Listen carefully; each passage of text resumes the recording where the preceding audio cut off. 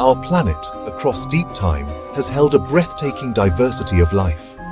Creatures of unimaginable size, beauty, and strangeness once roamed the land, soared through the skies, and swam in the oceans. In a flicker of geological time, humanity triggered an unprecedented wave of extinction, silencing calls and erasing footprints. We live in a world less rich, less vibrant, less whole. But what if science and responsibility could offer a second chance? On remote Mauritius, in the vast Indian Ocean, lived a bird unlike any other, the dodo, a giant, flightless pigeon, stout of leg, round of body, with a hooked beak. It knew no predators, a gentle rhythm of seasons and fallen fruit. Then sailors arrived, and the trusting dodos waddled right up. They were clubbed for meat, their nests plundered for eggs.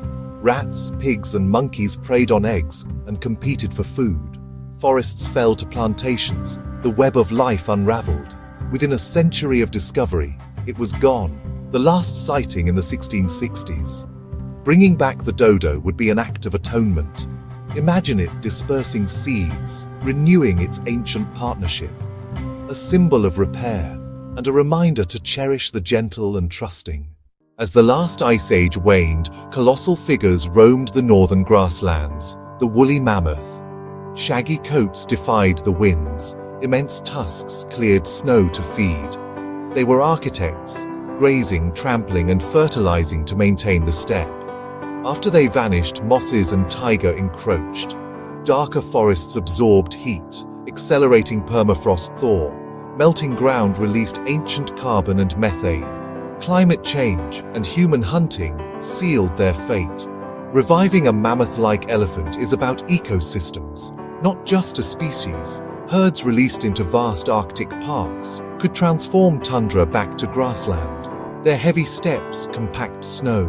Grazing clears dark shrubs, inviting sun-reflecting grasses. A cooling feedback could slow thaw and emissions. It is grand, audacious, and fraught with technical and ethical challenges. Yet the potential ecological reward is vast. It forces us to think in millennia, ecosystems, and our climate impact. Imagine a single flock so vast it blocked out the sun for hours. Their wings made wind, droppings fell like summer hail.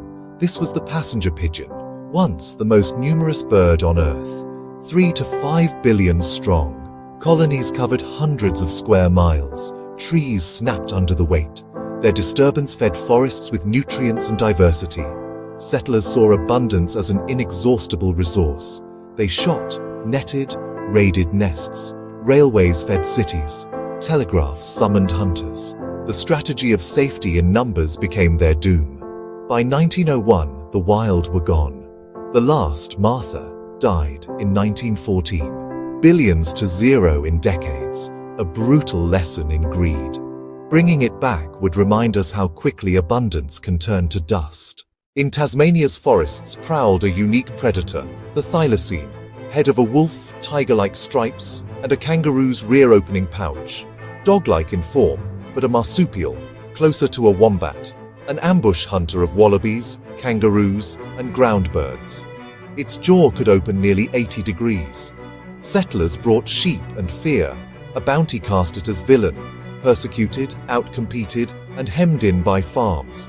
The last wild was shot in 1930. Benjamin died in captivity in 1936. A door closed on a branch of evolution. A scar remains. Its return could help heal an ecosystem and a wound in our conscience. Along the windswept coasts of the North Atlantic lived the great auk. Nearly a meter tall, with a grooved bill and formal black and white plumage. Flightless on land, a superb diver in frigid seas. They bred in vast colonies, each pair laying a single pear-shaped egg. Exploitation turned industrial. Meat, oil, feathers. Rarity fueled a perverse market. Collectors hastened the end. 3 fishermen took the last breeding pair. The final egg was crushed. In one act, a species slipped into eternity, a warning from the sea. Bringing it back would challenge us to protect oceans before they fall silent.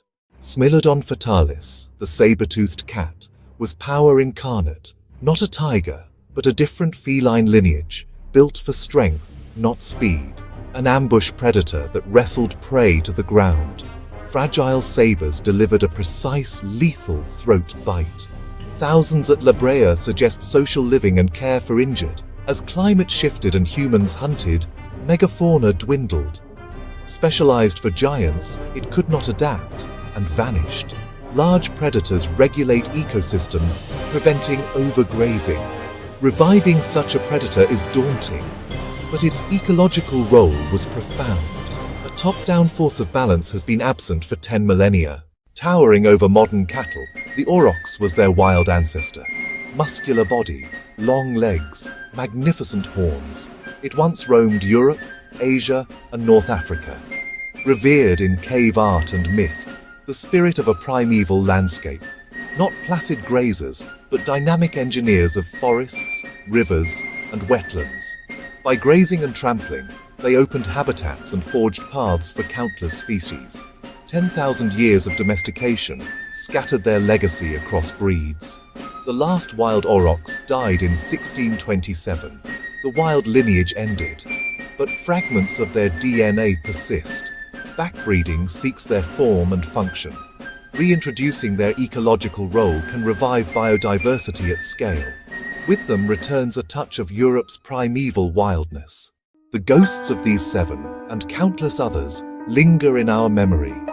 They are potent symbols of loss and of life's fragility.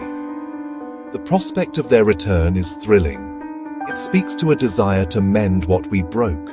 But de-extinction is fraught with ethical dilemmas and ecological uncertainty. A resurrected species needs a working ecosystem, not a cage. Perhaps the conversation matters most. It confronts our past and shapes our future. The greatest value in raising the dead is learning to save the living. Before more, join the ghosts. For the truest restoration is to protect what remains. The future of life on this planet depends on it.